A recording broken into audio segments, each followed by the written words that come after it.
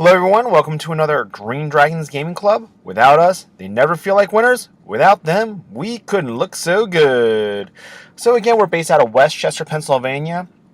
If you're in our areas, Northern Delaware, South Jersey, Northeast Maryland, Lancaster, Allentown, do me a favor, reach out to us. We're always looking for like-minded individuals. We're there to have fun, play with our models.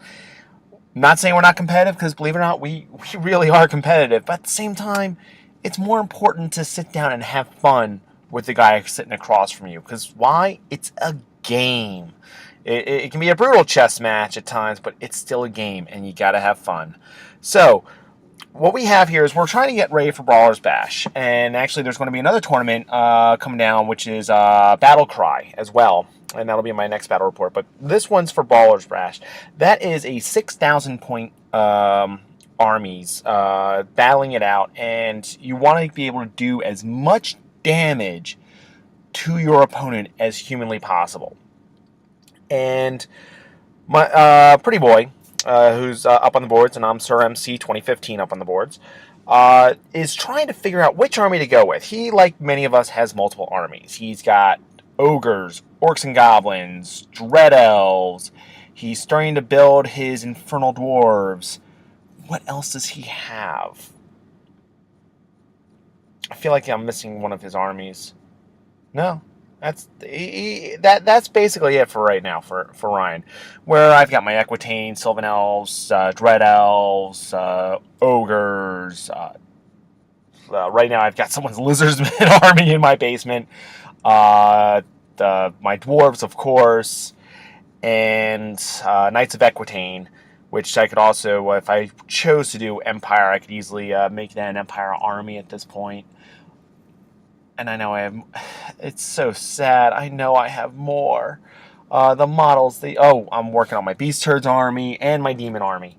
So, again, it's like, so what to bring? What do we feel most comfortable with? And my personal two armies is either going to be Dwarves or Knights of Equitane.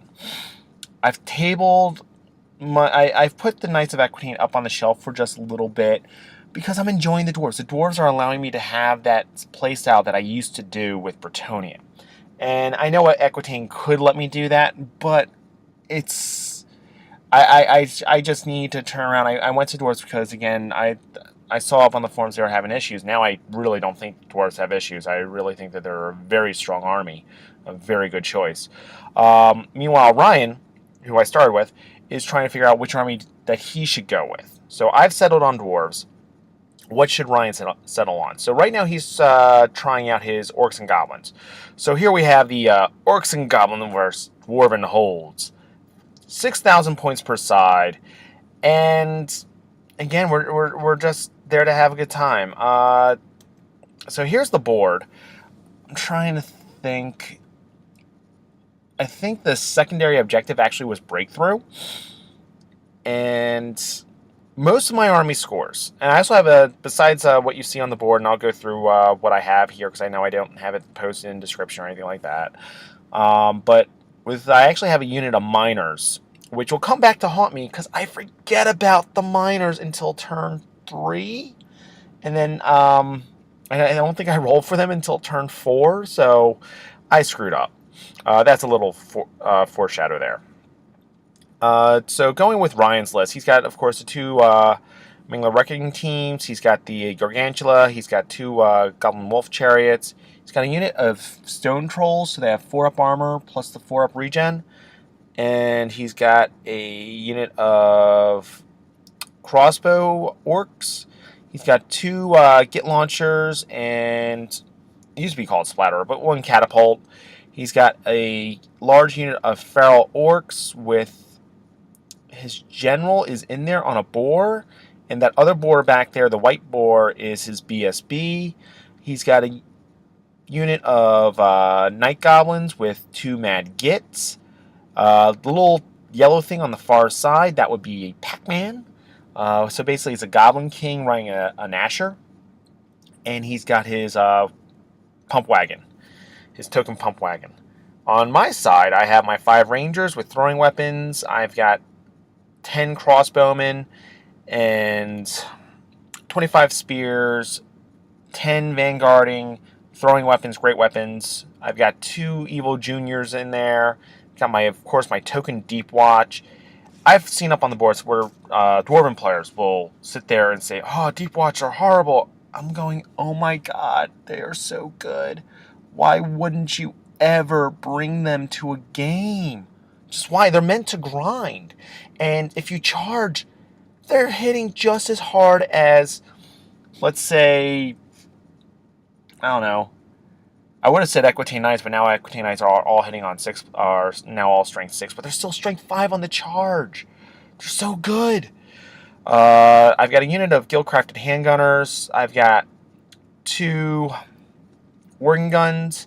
The one that is actually an organ gun has flaming attacks. Both have +1 to wound. The white unit all the way on the far side is another unit of deep watch. And that's it. That there is my army. So the more I look at this army, and I'll go all the way back to this, but I'm missing something. I can't put my finger on it. I don't know what to quite do yet, because again, usually I play 5K, and to come up with 1,000 points, it's like, oh yeah, I'll go ahead, I'll add. I'm not that type of player. I'm going to sit there, I'm going to analyze, I'm going to say, all right, what works for me? How do I want it to work? And I'm not sure having another anvil is the answer. I've also got a unit of 15 warriors somewhere thrown in there. I think they're on the other side of the hill there. But it's just another anvil isn't really working for me, and I haven't quite decided as to what to do yet. So Ryan dropped first. He's like, I want first turn. I know what your army does. I can't let you do it. So he drops, and there he goes. He moves up with his great big spider. He made sure that his spider was out of line of sight of my spears. Because even though, yeah, their spears are only strength 4, he's T6, and he's 6 is to wound. Still, it's a lot of attacks. Plus, my BSB's in there. My BSB has smashing. So the BSB would do a hurting onto his spider.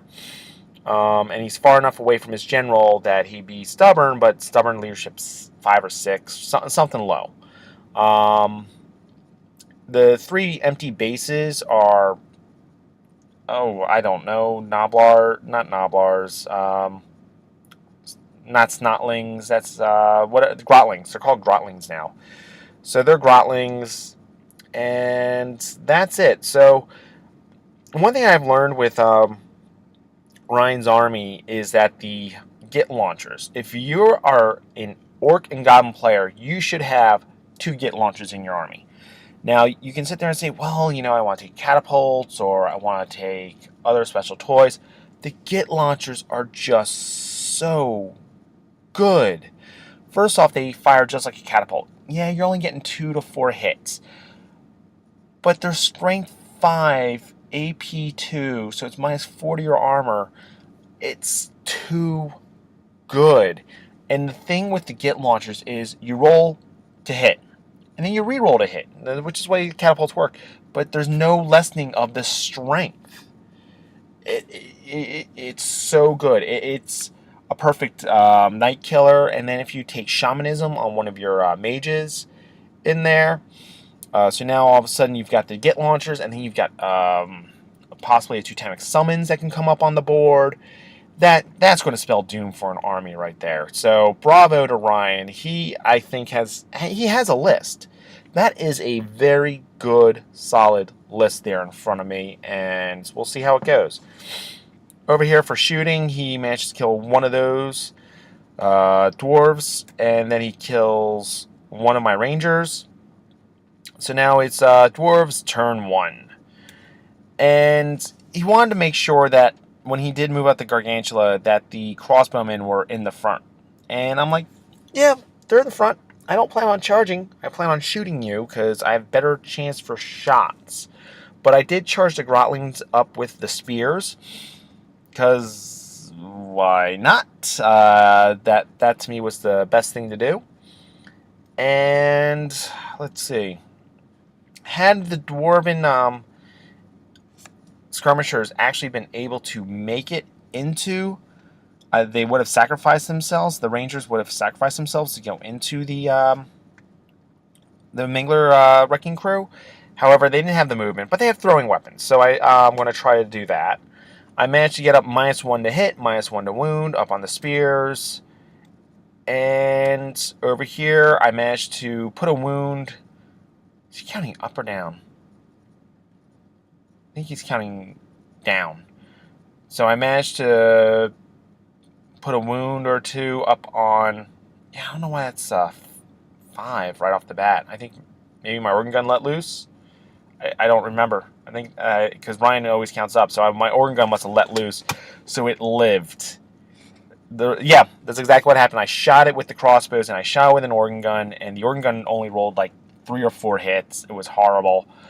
So I only managed to put a total of 5 wounds. That thing should be gone, but it's not. Hey, you know, I can't say I was overly ambitious. I just rolled very poorly.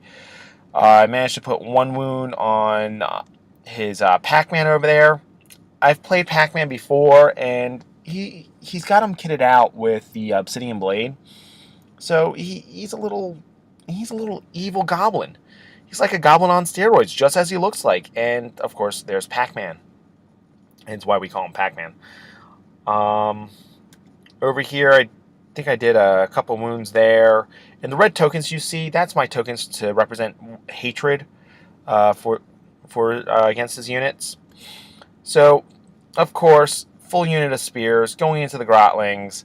I kill the grotlings, no questions asked, and I go into the ruins up there and take out of 25, I took 2 wounds from DTs. I was happy about that. It's actually it's a little below average, and I'll gladly take that. Otherwise, he wasn't going to do a single wound to me. So now it's Orcs and Goblins turn 2. He charges my crossbows, and I choose to flee because I was too close to stand and shoot. And he's like, okay. The reason why I chose to flee, and I'll show it to you in just a second. And oh, by the way, he caught me because I ran like 2 inches. The reason why I chose to flee is it took his Gargantula out of the game. Alright, his Gargantula is all the way on the far side of the board now, facing the wrong direction. So next turn he's going to have to turn to face me, and then he'll be another turn to 2 turns before he can charge my my crew over there. He's not going to go anywhere near my king with that Gargantula, as my king will just kill it with a single blow. And he doesn't want to go near my Spearman anymore since he's low on wounds, because again, my Thane over there will also kill with a single blow. Let's see. Yeah, is this my turn or his? Let me go back. This must be my turn. So I turn around, and yeah, one thing I did last turn, I guess. Oh no, he is. Oh no, he charged me. So he charged me with his goblins, and into my 15-man unit. I'm like, okay, bring it. And then he also charged in with Pac-Man into the side. The reason why I wanted that to happen is I wanted to get his maggots closer, so that I could shoot him, cause panic, and to get them to flee. And then I could charge. I have a Junior over there as well. I could countercharge in with Junior and the Deep Watch into Pac-Man, because Pac-Man gives quite a punch. So he charges into the 15-man unit. That 15-man unit holds. He just doesn't do enough wounds to me, and I do enough wounds to him that even with as many wounds as I did, because he did, let's see, 8 wounds. I forget how many wounds I did to his goblins. I think I did 7 wounds to his goblins. So all he had was 1 flank and a rank. And that was it. So I'm like, all right, down by 3. Need I think I was within 18 of my king, so I need a 7. And sure enough, leadership test, we were good. Had they broken, still didn't make a difference to me. And that's it. So when I charge in with Junior. I charge into the flank of the goblins with with my small unit of Deep Watch, and that's it. I moved my Deep Watch unit up. I moved Junior up. That's it. Again, I'm trying to take out that silly spider,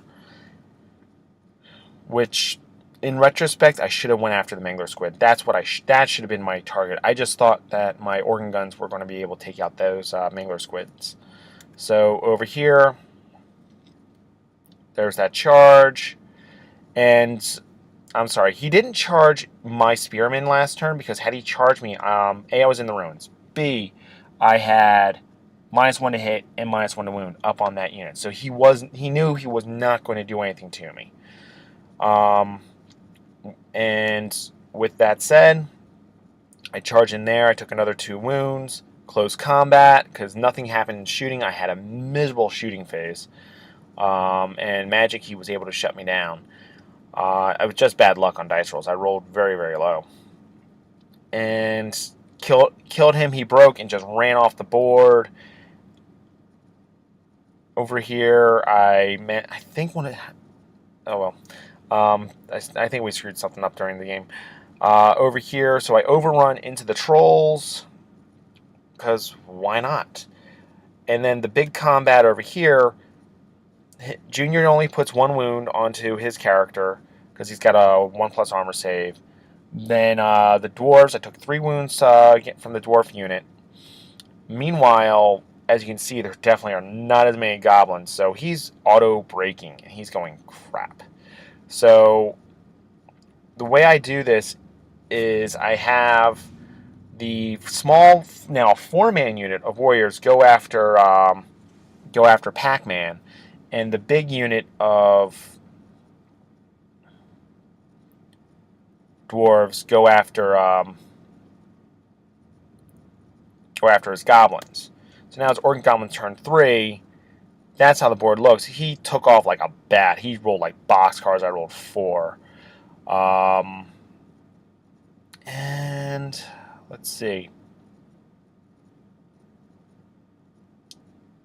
I think that's basically it. Does he charge? He doesn't charge into. Oh no, he charges into the spears with the wolf, with his general and his wolf riders. Because why not? I mean, the impact hits and everything else. His general has the armor of Tutsak or something like that, and he's got the apocalypse or Borpocalypse or whatever axe that is. That gives him an extra D3 attacks and D3 strength. So he's got a real nasty warlord there. And I'm still fighting the trolls. So, in which case, the overrun, to me, was necessary. I had to do that, because otherwise, I'm just sitting there, and I'm going to get charged then by the trolls, by the wolf chariots, and everything else. It's like, I need that extra strength. And I'm going to drop the hold stone to, and that's it. So, over here, that's that combat. So what does he do? He kills a couple of my dwarves, and that was it. It was very disappointing for him. I think I ended up killing 1 or 2 of his trolls. You'll see in the next few pictures. And I was steadfast. That's all I can say. Steadfast BSB. And he eats my unit champion, and that's it. That's all we got going on right now. So now it's dwarves turn 3. Over here, he does a little bit more damage. I kill some more. Does he kill my BSB? No, BSB is still alive right now. And that was it. So now it's Orcs&Goblins turn 4. And I missed a picture. I'm going to try to find a... So basically, he turned around. During my turn, I finally was able to kill his Gargantula before it got too close to me. He moves his Mangler Wrecking Teams through... either right behind my Deep Watch or to go through my Deep Watch. I think it was right behind my Deep Watch. Sorry, I played this game about a week and a half ago.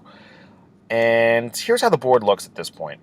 So he charged in with his pump wagon, which he was maneuvering around right into the Guildcrafted Handgunners, because he's like impact hits, going to blow through them, and then he's going to go after my War Machines. Or granted, my War Machines have a good chance to turn around and shoot the heck out of them, but here's an issue with the Ninth Age. So powers to be, if you're listening, it's random movement.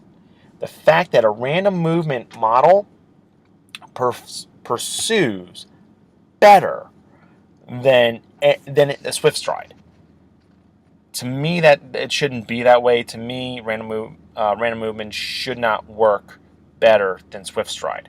To me, random movement is supposed to be slow, cumbersome, which is supposed to be its benefit, but the fact that there's no charge reaction, there's you still count as charging, so you get that +1 for combat res. You pursue is still for this unit would be 3d6. To me, there's so many advantages to being random movement. It's going, why wouldn't you do that? Why wouldn't you take random movements? To me, random movement is too good considering what the rule's supposed to represent. But that's my soapbox for the day. So he charges in there. He still hasn't taken the bait because, as you can see, I've got my Deep Watch sitting back there waiting for that big unit of Frenzied Orcs, because I want him in the woods so he loses his Steadfast. I've got the second unit of Deep Watch, and I've got Junior back there just waiting. He does rally his Goblins, and that's it. So, pretty sure that Mangler Squid did kill a few of my dwarves, but I got real lucky. Over there's that picture of that charge.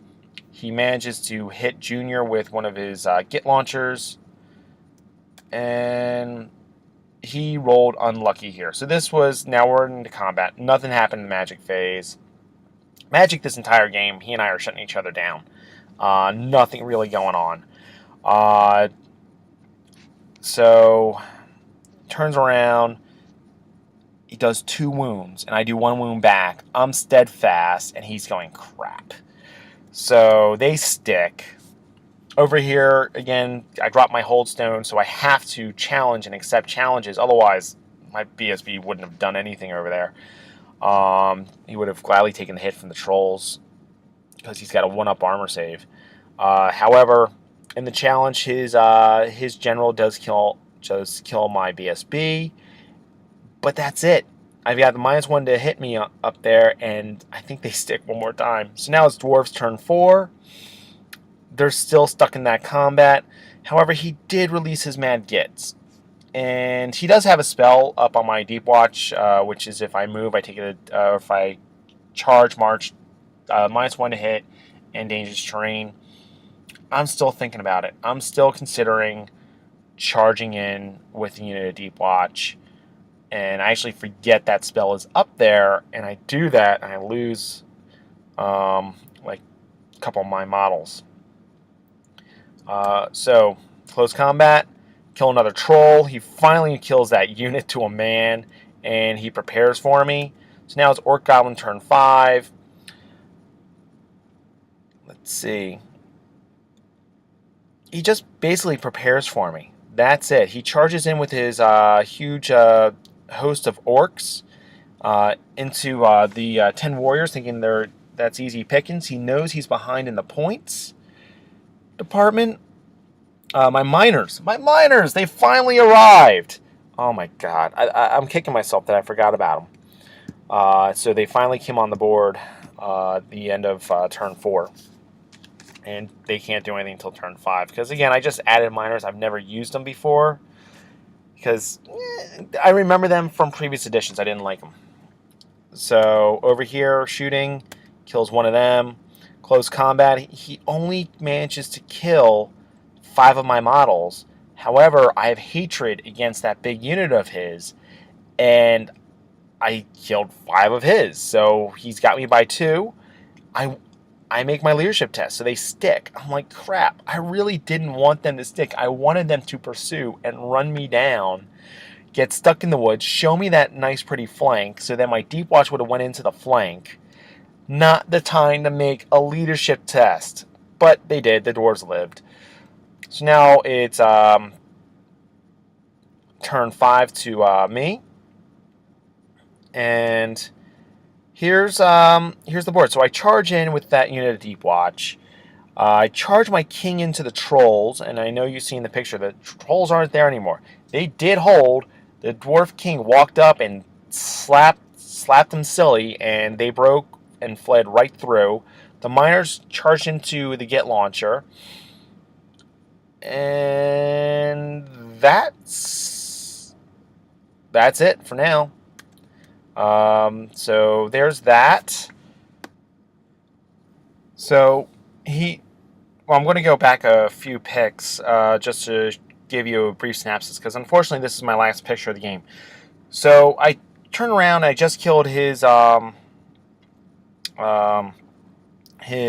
trolls, and my king's sitting there going, all right, let's see what else we're going to be able to do. He takes his general, he hides his general as far away from my king as humanly possible.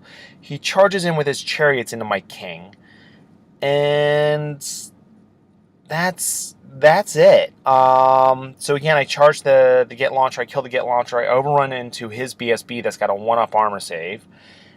And let me just go back up. There's that one pick.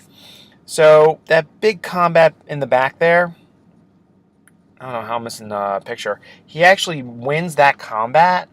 I break. Just bad dice roll. He runs me down, and so I lose that warriors and that unit of Deep Watch. Meanwhile, I still have my rangers in the building. I still have, and both his mag gets are now gone. I still have my big unit, my more expensive unit of Deep Watch with the Banner of Dismay. And that's it. So he charges into my king. I end up taking out his 2 Goblin Wolf Chariots with my king. And that's how we end the game. So it ends up being a Dwarven Holds victory. We didn't do the points. It was like 2 o'clock in the morning, hence why I stopped taking pictures. But it was such a good game. It was a fun game. It was just so late at night by the time we finished. And kudos to Ryan. I really think he's got his list. It's a strong list. He knows how to play against me because he's one of the most common players I play against. But yeah, it was a great game, fun game. And so the MVPs, I have to turn around. I have to say, for me, it was the Clan Warriors with Spears. They wouldn't break. I think they fought to the man. He had to kill that entire unit. Meanwhile, the whatever the Noblars or the Snotlings or Grotlings. It's called Grotlings now. Grotlings, who cares? I think that whole unit's 80 points. Took out the archers. Great job. They took out about 3 trolls. Great job. And then I turn around. That allowed my king to go in there and finish off the job. So to me, Clan Warriors with the Spears. And for him, his Feral Orcs took out a unit of Deep Watch, and which was 330, that's 330, 370, plus an extra, it's a low 400 point unit. And he also took out the warriors as well with the great weapons. So to me, Feral Orcs. Any questions, comments, concerns? Definitely, please go ahead and post it.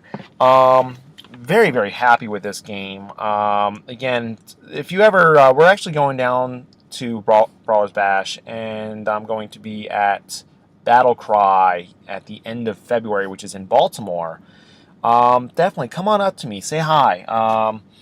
Again, we're always, I think we're going to be turning around and getting a grudge match with the local club there, between my club and the local club down there. So I'm really looking forward to that. And until next time, and happy gaming.